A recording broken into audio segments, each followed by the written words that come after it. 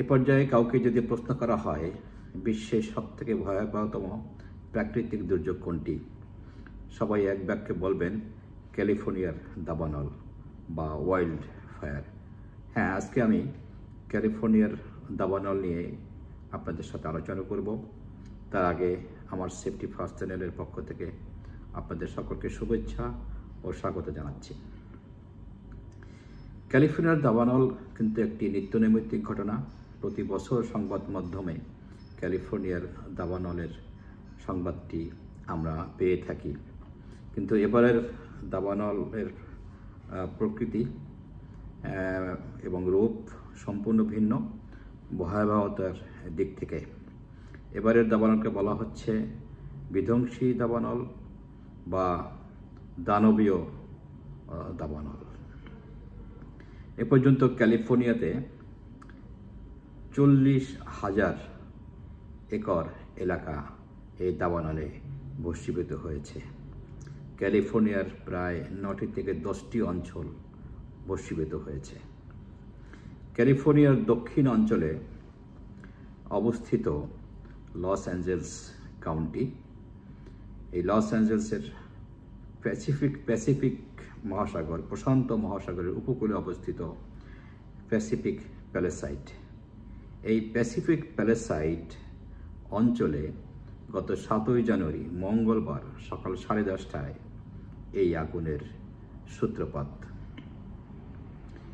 এই আগুন আস্তে আস্তে প্যাসিফিক প্যালেসাইডের জঙ্গল থেকে লোকালয়ে চলে আসে, জনবসতিতে চলে আসে এবং প্যাসিফিক প্যালেসাইড অঞ্চলে বসবাস করেন লস অ্যাঞ্জেলসের তাবর হলিউড তারকারা, হলিউডের সেলিব্রিটিরা, হলিউডের অ্যাক্টর অ্যাক্ট্রেস, পরিবেশক, পরিচালক, সকলের বিলাসবহুল বাড়ি হলো এই প্যাসিফিক প্যালেসাইড অঞ্চলে। প্যাসিফিক প্যালেসাইড অঞ্চলে যখন আগুনটি ধরে 2 ঘন্টার মধ্যে 10,000 মানুষকে সেখান থেকে সরিয়ে নেওয়া হয়। এ পর্যন্ত খবর যা পাওয়া গেছে তাতে প্যাসিফিক প্যালেসাইডের 24,000 এলাকা পুড়ে গেছে। এরপরে এই আগুন প্যাসিফিক প্যালেসাইড অঞ্চল থেকে ছড়িয়ে পড়ে লস অ্যাঞ্জেলসের উত্তর ভাগে অবস্থিত ইটন অঞ্চলে, যাকে বলা হচ্ছে ইটন ফায়ার। ইটন ফায়ারে গত সপ্তাহ পর্যন্ত 14,000 একর এলাকা ভস্মীভূত হয়েছে। এটা হলো সেকেন্ড ফায়ার। থার্ড ফায়ার একই দিনে, যেদিন ইটন ফায়ার সংঘটিত হলো, একই দিনে থার্ড ফায়ার সংঘটিত হলো লস অ্যাঞ্জেলসের উত্তর পশ্চিম ভাগে অবস্থিত সান ফার্নান্ডো ভ্যালি অঞ্চলে, যেটাকে বলা হয় হাশ ফায়ার। পরবর্তী দিনে লস অ্যাঞ্জেলেসের বিভিন্ন অঞ্চলে এই দাবানল ছড়িয়ে যায়। ফোর্থ ফায়ারটা হলো লিডিয়া অঞ্চলে, ফিফথ ফায়ার সানসেট অঞ্চলে, সিক্সথ ফায়ার হলো উডলি অঞ্চলে। এরপরে এই দাবানল ছড়িয়ে পড়ে ভেঞ্চুরা কাউন্টির অলিভেস ফায়ারের পর থেকে রিভারসাইড কাউন্টির টাইডার ফায়ার। তারপরে ওই একই সপ্তাহে বৃহস্পতিবার ভেঞ্চুরা এবং লস অ্যাঞ্জেলসের বর্ডারে কেনেথ ফায়ারে সর্বশেষ খবর পাওয়া পর্যন্ত 1,000 একর এলাকা পুড়ে গেছে। এভাবে ক্যালিফোর্নিয়ার সর্বমোট 40,000 একর এলাকা এই দাবানলে ভস্মীভূত হয়েছে। এখন আগুন নিয়ন্ত্রণের কি অবস্থা? ক্যালিফোর্নিয়ার 7,500 দমকল বাহিনী এই দাবানল নেভানোর জন্য আপ্রাণ চেষ্টা করে যাচ্ছে। তারা ফায়ার ফাইটিং হেলিকপ্টার দিয়ে পানি এবং অগ্নি নির্বাপন রাসায়নিক ছিটাচ্ছে। অগ্নি নির্বাপন রাসায়নিকের মধ্যে ফসচেক নামের একটি পিঙ্ক কালারের রাসায়নিক ছড়াচ্ছে এই আগুনে, যদিও তাতে খুব একটা কাজ হচ্ছে বলে মনে হয় না। বিশেষ করে প্যাসিফিক প্যালেসাইডের আগুন এবং ইটন ফায়ার, এই দুটি অঞ্চলের আগুন কোনোভাবে নিয়ন্ত্রণ করা যাচ্ছে না। সর্বশেষ খবর অনুযায়ী, গত সপ্তাহের খবর অনুযায়ী, প্যাসিফিক প্যালেসাইড অঞ্চলের মাত্র 11% আগুন নিয়ন্ত্রণ করা গেছে এবং ইটন অঞ্চলের 15% আগুন নিয়ন্ত্রণ করা গেছে। তবে এই আগুন নিবানোর ক্ষেত্রে দমকল বাহিনীকে যথেষ্ট বেগ পেতে হচ্ছে। বিশেষ করে প্রচণ্ড বাতাসে তারা আগুনের কাছাকাছি যেতে পারছেন না। তারপরে সেই ধোঁয়া এবং অ্যাশ ফলে তারা কিন্তু ঠিকমতো দেখতে পাচ্ছেন না, এবং নিকট থেকে যখন তারা এই অগ্নি নির্বাপনের কাজ করতে যাচ্ছেন তখন তারা প্রচণ্ড তাপমাত্রার সম্মুখীন হচ্ছেন, ভিজিবিলিটির সমস্যা হচ্ছে। আবার যখন উপর থেকে ছিটাতে যায় তখন কিন্তু এই অগ্নি নির্বাপন এইসব রাসায়নিক বাতাসে উড়ে যাচ্ছে, জায়গা মতো তারা অগ্নি নির্বাপন রাসায়নিক ছিটাতে পারছেন না। তারা কিন্তু যথেষ্ট চ্যালেঞ্জের মুখোমুখি। তারপরেও ফায়ার ফাইটাররা, দমকল বাহিনী আপ্রাণ চেষ্টা করছে। পার্শ্ববর্তী স্টেট থেকেও ফায়ার ফাইটাররা কিন্তু তাদের সাথে যুক্ত হয়ে আগুন নেভাতে একসাথে কাজ করছে। এখন আসি আগুন এই দাবানলের পিছনে কারণ কি, কেন আগুনটা ধরলো, কোথা থেকে আগুনটা ধরলো। আপনারা জানেন আগুন ধরার পেছনে একটা ফায়ার ট্রাঙ্গেল কাজ করে। ফায়ার ট্রাঙ্গেলের 3টি শর্ত পূরণ করলে যে কোনো জায়গায় আগুন ধরবে। 1 হলো দাহ্য পদার্থ, 2 অক্সিজেন, আর 3 হলো ইগনিশন সোর্স। আচ্ছা, এখন দেখি দাহ্য পদার্থ। লস অ্যাঞ্জেলস ওই এলাকার 90% ঘর বাড়ি কাঠের তৈরি, সেগুলো শুকিয়ে গেছে, সব দাহ্য পদার্থ।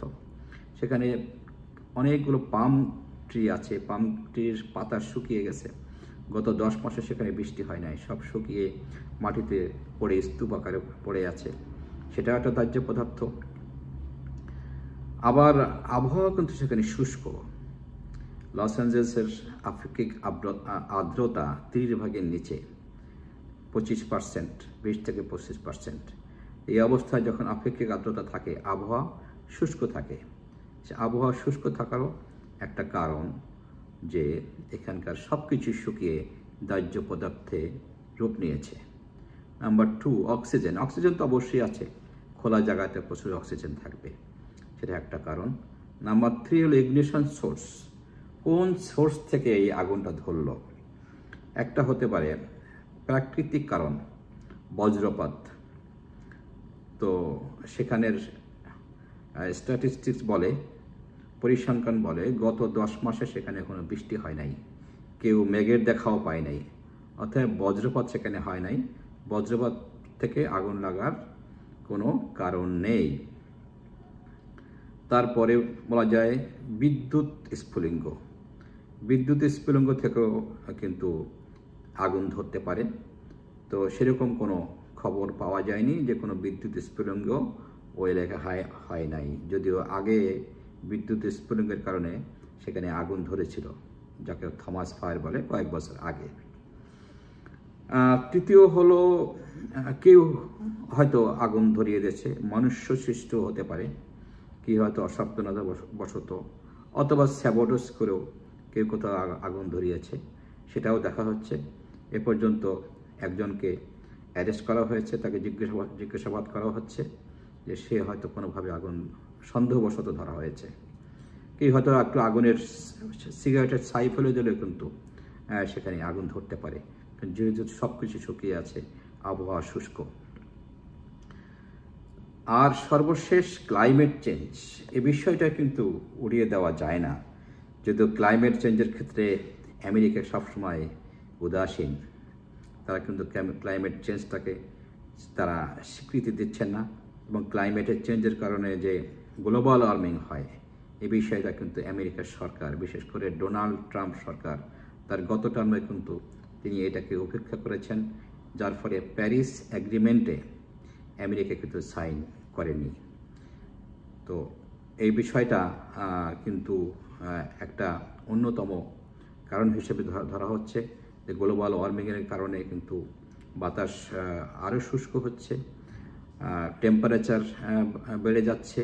তো যার ফলে আগের বছরের তুলনায় এবারের টেম্পারেচার আরও বেশি, আবহাওয়ার ক্লাইমেট চেঞ্জের কারণে আবহাওয়া আরও উত্তপ্ত, সেটা একটা অন্যতম অনুঘটক হিসাবে ধরা হচ্ছে। তো আশা করি এই বিষয়টা আমেরিকা এবার অনুধাবন করবেন এবং তারা ক্লাইমেট চেঞ্জের ক্ষেত্রে যেসব এগ্রিমেন্ট সেসব এগ্রিমেন্টে তারা সাইন করবেন এবং ক্লাইমেট ফাইন্যান্সের ব্যাপারে তারা ফাইন্যান্সে অংশগ্রহণ করবেন। এখন আসি আগুন ধরার এই পর্যায়ে কি অবস্থায় সেখানে মানুষ আছেন। লস অ্যাঞ্জেলস থেকে প্রায় 1.5 লক্ষ মানুষকে এভাকুয়েশন করার নোটিশ জারি করা হয়েছে। আরও প্রায় 1,60,000 মানুষ এভাকুয়েশনের নোটিশ পাওয়ার অপেক্ষায় আছে। সেখানে আগুন যখন কাছাকাছি চলে আসে তখন লেভেল 3 মানের বিপদ সংকেত দেওয়া হয় এবং সঙ্গে সঙ্গে তাদের প্রয়োজনীয় কয়েকটা সুটকেস নিয়ে শখের ঘরবাড়ি, বিলাসবহুল ঘরবাড়ি রেখে তাদেরকে এলাকা ছেড়ে চলে যেতে হয়। এমন হয়েছে যে তারা যখন এলাকা চলে যাচ্ছিলেন রাস্তায় কিন্তু ট্রাফিক জ্যাম পড়ে যায় এবং এই আগুন এই দাবানল রাস্তায় চলে আসে। যখন রাস্তায় দাবানল চলে আসে তখন কিন্তু সবাই গাড়ি থেকে নেমে গাড়ি ছেড়ে সব পালিয়ে নিরাপদ স্থানে চলে যায়। এই হলো অবস্থা। এখন আরেকটা বিষয় এখানে আলোচনা করার খুবই জরুরি, সেটা হলো যে আগুন এত দ্রুত কেন ছড়িয়ে পড়ল। যে এই প্যাসিফিক প্যালেসাইড থেকে ইটন ফায়ার থেকে হার্স থেকে শুরু করে অন্য কাউন্টি পর্যন্ত, রিভারসাইড কাউন্টি, ভেনিজুয়েলা কাউন্টি, এই অল্প কয়েকদিনের মধ্যে আগুন এত কেন বীভৎস রূপ ধারণ করলো। তার মূল কারণ হলো সান্টা আনা লু হাওয়া। সান্টা আনা লু হাওয়া অক্টোবর থেকে জানুয়ারির মধ্যে কিন্তু প্রবাহিত হয়। এই সান্টা আনা লু হাওয়ার গতিবেগ প্রায় 120 কিলোমিটার। 120 কিলোমিটার বেগের এই সান্টা আনা লু হাওয়া আগুনে ঘি ঢেলেছে, যার ফলে এই আগুন এত বিধ্বংসী আকার ধারণ করেছে। সেটা একটা অন্যতম কারণ দ্রুত এই আগুনটা ছড়িয়ে পড়ার পিছনে। এ পর্যন্ত এই দাবানলের ফলে ইউএসএতে প্রায় 135 থেকে 150 মিলিয়ন ইউএস ডলার ক্ষতি হয়েছে। আর এই আগুনের ফলে মানুষের শারীরিক ক্ষতি হচ্ছে, অসুখ বিসুখ দেখা দিছে। এই আগুনের প্রচণ্ড ধোঁয়া, ছাইয়ের সূক্ষ্মকণা, চোখে নাকে জ্বালা, গলায় বুকে ব্যথা, শ্বাসকষ্ট ও কাশি এগুলো দেখা দিয়েছে। মানুষদেরকে ঘরের বাইরে বের যাতে না হয় সেজন্য উপদেশ দেওয়া হচ্ছে, সতর্ক সংকেত দেওয়া হচ্ছে। আর যদিও বের হন তারা যেন N95 মাস্ক ব্যবহার করেন। এই হলো অবস্থা। প্রকৃতিকে আমাদের বাঁচাতে হবে। এখান থেকে আমরা শিক্ষা পেলাম যে প্রকৃতিকে বাঁচাতে হবে, নইলে প্রকৃতি আমাদের বাঁচতে দেবে না। ক্যালিফোর্নিয়ার দাবানল সেটা আমাদের জন্য একটা উৎকৃষ্ট উদাহরণ হিসেবে থাকবে এবং আমেরিকার নতুন প্রেসিডেন্ট ডোনাল্ড ট্রাম্প তার 2য় টার্মের টেনিওর শুরু করলেন। আশা করি তিনি ক্লাইমেট চেঞ্জ এবং গ্লোবাল ওয়ার্মিংয়ের বিষয়টা এন্ডোর্স করবেন এবং এই বিষয়টিকে ডোনাল্ড ট্রাম্প যদি নজরে রাখেন তাহলে কিন্তু ভবিষ্যতে আমরা কিন্তু গ্লোবাল ওয়ার্মিংটা নিয়ন্ত্রণ করতে পারবো, আমরা এমিশন কন্ট্রোল করতে পারবো। সেক্ষেত্রে ভবিষ্যতে এ ধরনের আগুন নিবারণ বা আগুন দাবানলের ক্ষেত্রে প্রিভেন্টিভ মেজার হিসেবে কাজ করবে এবং এইভাবে দাবানল এই বিধ্বংসী আকার ধারণ করবে না। যাই হোক, সর্বশেষ যারা এই আগুনে হতাহত হয়েছেন, ক্ষতিগ্রস্ত হয়েছেন, তাদের প্রতি সমবেদনা জ্ঞাপন করছি। তো আজকের এপিসোড এখানেই শেষ করছি। দেখা হবে পরবর্তী এপিসোডে। ততক্ষণ আপনারা সবাই ভালো থাকবেন। অনুরোধ থাকবে যারা আমার এই চ্যানেলে সাবস্ক্রাইব করেননি তারা সাবস্ক্রাইব করবেন।